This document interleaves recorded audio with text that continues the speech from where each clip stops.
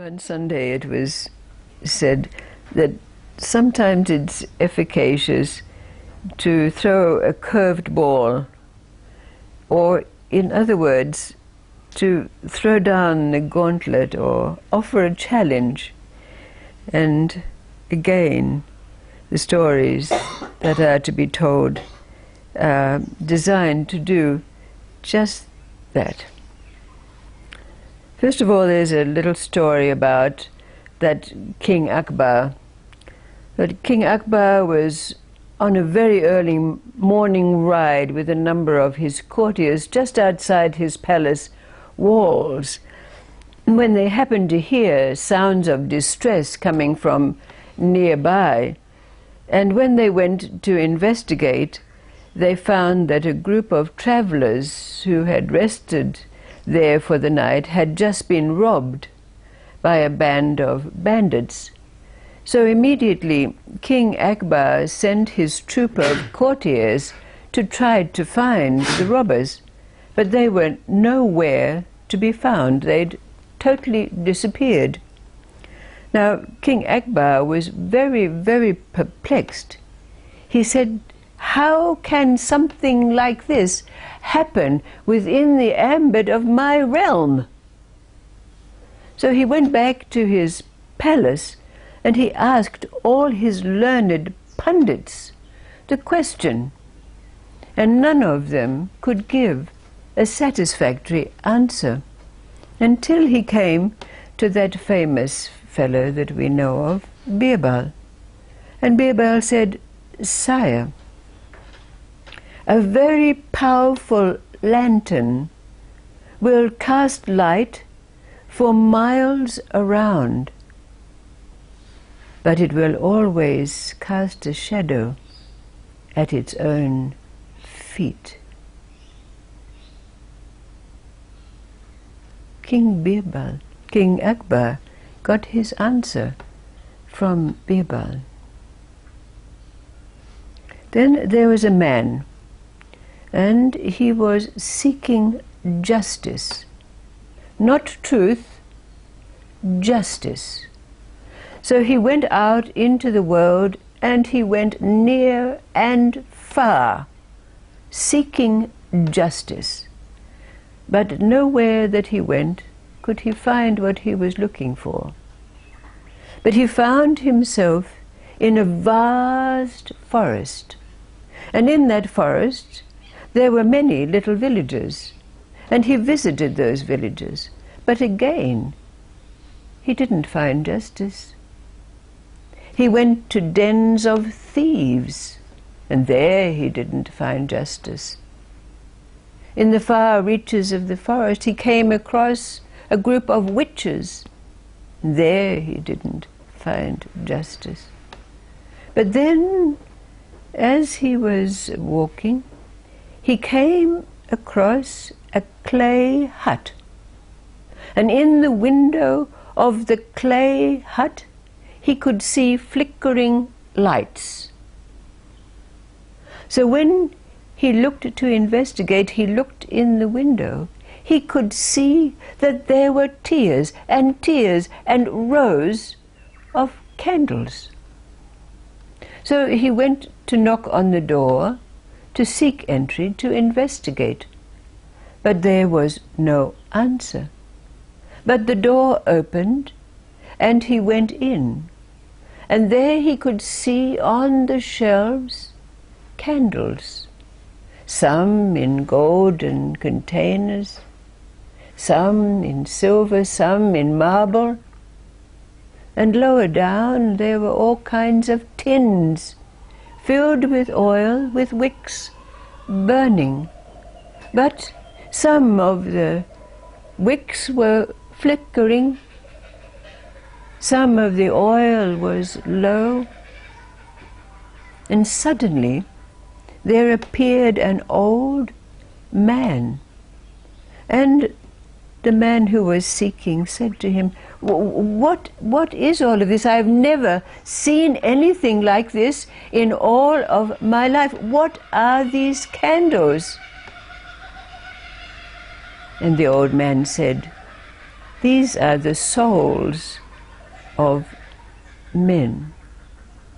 When they flicker and go out, that is a soul leaving this realm. So the man said to the old man, "Can you show me my soul?" And the old man took him over to a lower shelf where there was a tin that only had a little oil left in it, and the wick was flickering. The man was quite aghast. But beside him was a tin filled with oil, burning brightly. "Tell me," said the man, "who is the soul who belongs to this?" And the old man said, "I am only allowed to reveal your own soul." And then the old man disappeared. But as the man looked, he saw the oil in his own tin down to but a few drops, and the light of the wick flickering. And he had a great fear inside of him. And then he looked at the tin beside, filled with oil and burning brightly, and he had an evil thought. So his hand went out to grasp the tin filled with oil and lifted it up to pour it into his own, when all of a sudden the old man was beside him and gripped his arm with a grip of steel so that it was filled with pain.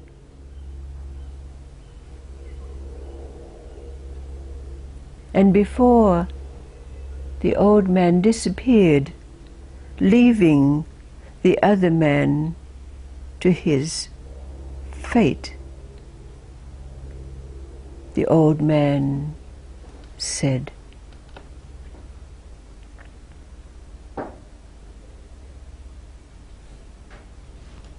"What did this old man say to the man who is seeking justice?" No, we can see, somewhere we can see that these two stories have a deep connection. And again, the only place we can find the answers to these questions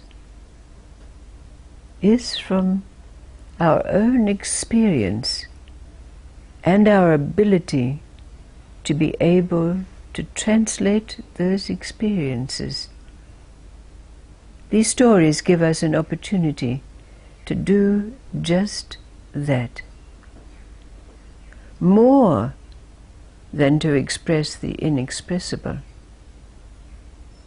but to be able to put into words the deep significance and meaning of the experiences that have brought us to where we are.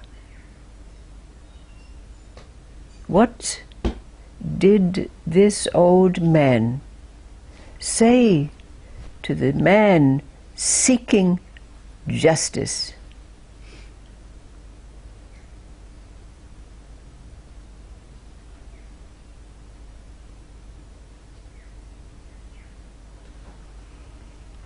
Could it be that the wick that had all of that had the most oil, could it be the representation of all life itself?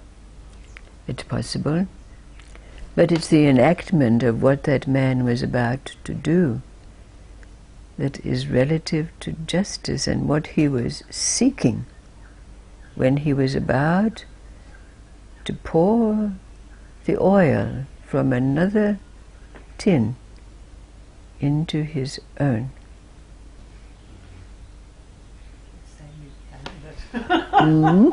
I could say you found it.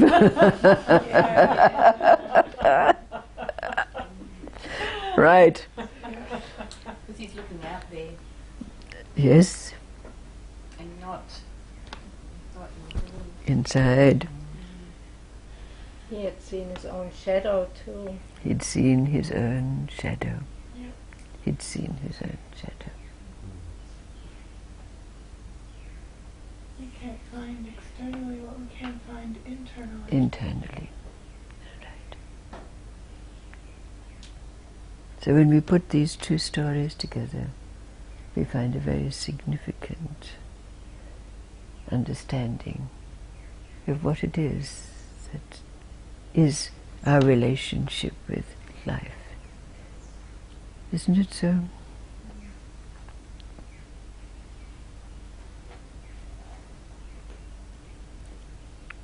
Because shit happens. We have it in our lives. The great masters can get a cancer or have a road accident, or it happens.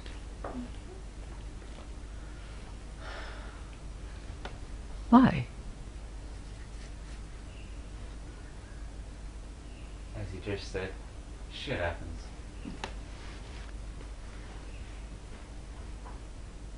So if we're looking for the answers to this, why are these things still happening to me? Like people can say, I'm a good person, I've been doing good deeds, and I've just lost my house and my house burned down, or why did this happen? Where is justice? Isn't it? So these things need to happen to bring you to a different scenario. So to Yes. speak, or a different place. As it did with this man, to confront in himself. We're judging something as good or bad, just putting a, it's good to have more life or it's bad to have not enough life, it's just is. Yes. Yes. And that leads us down the track that we've started on, to look at this stillness and movement and what they represent, how they meet in relationship to what we can now call emptiness, or what is, in other words, called the void, the abyss, the blackness.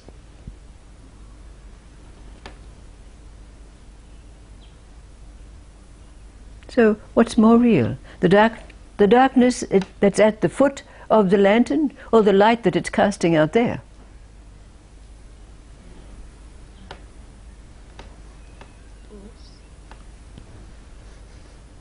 Because they can't be one without the other. That's right.